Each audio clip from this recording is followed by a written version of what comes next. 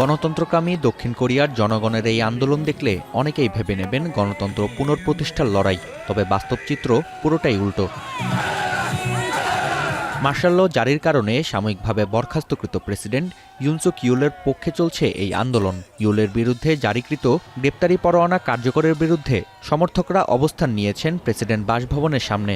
তাদের দাবি, অন্যায়ভাবে হেনস্থা করা হচ্ছে ইউলকে, যা আটকানো হবে যে কোনো মূল্যে।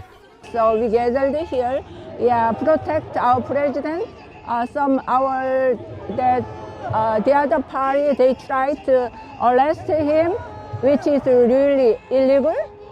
So here we like to show our just citizens' power.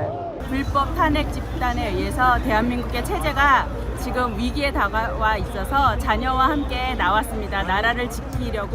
우리 윤석열 대통령께서 비상계엄을 선포한 것은 어떤 대통령으로서 자기의 권리를 행사한 것인데 어떻게 이게 내른자가 될 수 있습니까?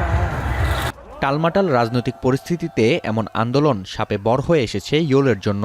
সমর্থকদের উদ্দেশ্যে লেখা এক চিঠিতে দেশকে রক্ষার জন্য শেষ পর্যন্ত লড়ে যাবার ঘোষণা দিয়েছেন বরখাস্তকৃত প্রেসিডেন্ট।